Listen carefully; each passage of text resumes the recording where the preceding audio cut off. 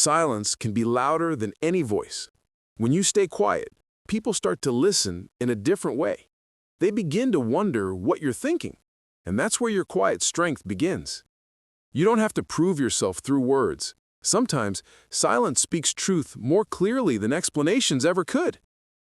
When you're calm, people feel it. When you pause, they lean in.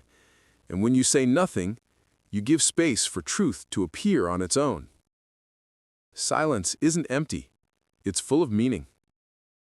Try this. Before you enter any room, pause for 3 slow breaths. Feel the ground beneath your feet. Let your shoulders relax. You'll notice people sense confidence in your stillness long before you speak. The world reveals itself to those who watch closely. Every small movement, every glance, every shift in tone tells a story. You just need to be quiet enough to see it. The person who listens carefully always understands more than the one who rushes to respond. When you observe, you start to see patterns. Who's insecure? Who's honest? Who's pretending? And once you see that, you can move through any space with quiet clarity. The one who observes holds the real power. Try watching someone while they talk, not in a judging way, just noticing. How do they breathe when they're confident? How do their eyes move when they're hiding something? These details teach you more than their words ever could. Your body speaks long before your mouth does. The way you sit, stand, breathe, or look, it all sends messages. You don't need to master tricks, just learn to be aware of how your energy feels to others. A gentle gaze can calm someone. A straight posture can show confidence. A simple smile, even a quiet one, can open hearts faster than long speeches. Your presence is your message. Try this small exercise. Look in the mirror and practice stillness. Hold a neutral face, then slowly let it soften into calmness. You'll see, peace on your face feels like wisdom to others. Every mind has a rhythm, and those who master timing hold invisible control. Power is not always in movement, but in the pause before movement. When you understand rhythm, when to act, when to hold back, you stop being a participant and become the conductor. The world rushes. People hurry to answer, to prove, to show they know. But the wise one waits. A pause unsettles the impatient, reveals the insecure, exposes the unprepared. In silence, you can watch the rhythm of others, their breathing, their tone, their emotional pulse, and adjust yours to lead, not follow. He who cannot wait cannot rule himself. True control is not domination, it's harmony. You align with the hidden tempo of life, and in doing so, you start to sense when truth wishes to appear. Those who wait for the right moment speak once and are heard forever. Nietzsche believed that everything visible carries the weight of what is unseen. Even a room has psychology. It whispers to the mind, without words. The way light falls, the position of a chair, the space between two people, all are silent messages. When you understand this, you no longer move randomly. You walk into spaces as if every object listens. You sense what the environment is trying to say, who owns the room, who submits, who hides. You begin to understand that control is not about dominance, it's about atmosphere. The surroundings shape the soul as much as the soul shapes the surroundings. A calm presence changes the air. Without speaking, you can shift the feeling of a place, not through authority, but through quiet certainty.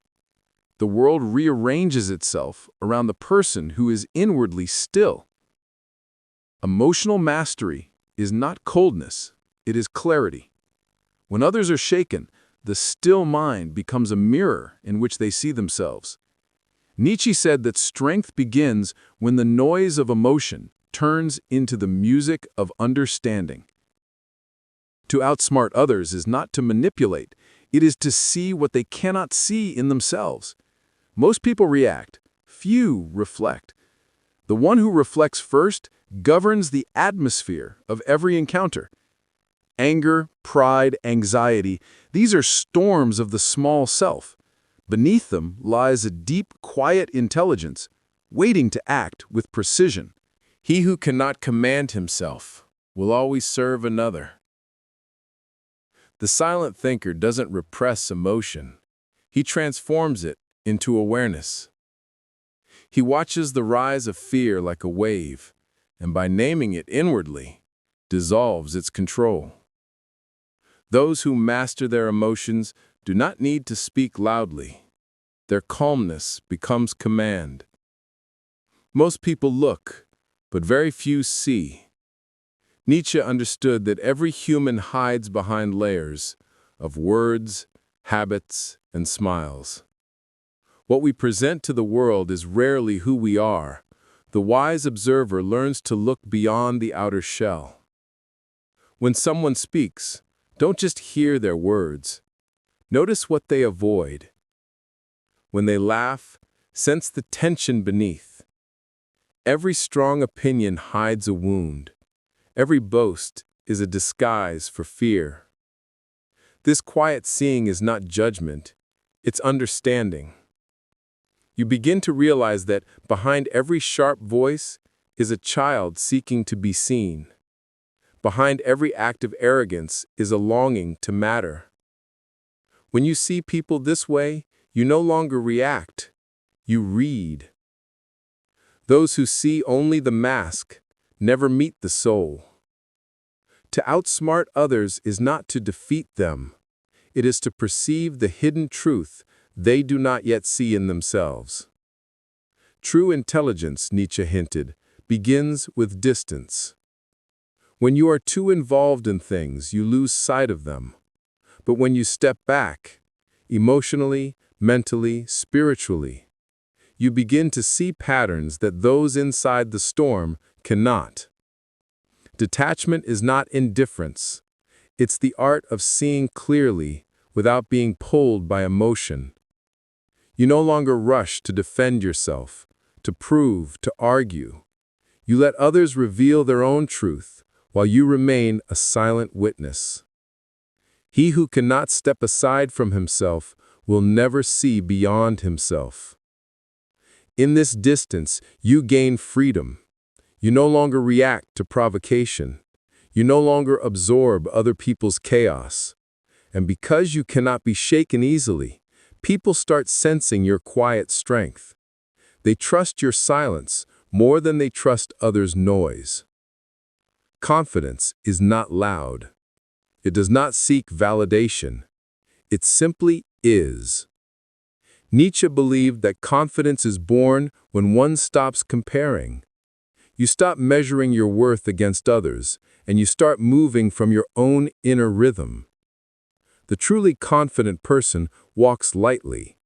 They do not rush to impress or to please. Their words are few, but when spoken, they land with weight. This kind of confidence unsettles people, not because it threatens them, but because it exposes how fragile most egos are. The calm man frightens the restless. Confidence without arrogance is magnetic. It draws people in, not through display, but through stillness. It says, I know who I am, and I do not need to prove it. And in that quiet truth, others begin to feel their own noise fade. Some people fill a room the moment they enter, not because they are loud, but because they are complete within themselves. Their energy does not demand attention, it invites it. Nietzsche often spoke of the individual who transcends dependence on approval, who carries his worth silently like a well-balanced flame. Presence is the natural result of self-possession. When you no longer seek to impress or to hide, your being becomes simple, and simplicity radiates strength. The room feels your steadiness before you say a word. When your soul stands still, the world turns toward it. Those who lack inner stillness are restless in front of calm people. They sense something they cannot imitate. Presence is not a technique, it's the reflection of someone who has made peace with themselves. Nietzsche understood that human interaction is a subtle exchange of energies. What we feel around others often tells us more than what we hear from them. Sometimes a smile feels cold, sometimes silence feels kind. The wise person listens not only with the ears, but with the nervous system. Every person carries an invisible weather, moods, fears, hopes, intentions. When you learn to read this silent current, you can sense who to trust, who to avoid, and when to act. You stop being deceived by appearances because your intuition becomes your philosopher's lamp. There are eyes that hear and hearts that see. This perception is not mystical, it's the art of attention. When your own mind is quiet, the emotions of others become clear reflections, and their hidden motives whisper themselves to you without words.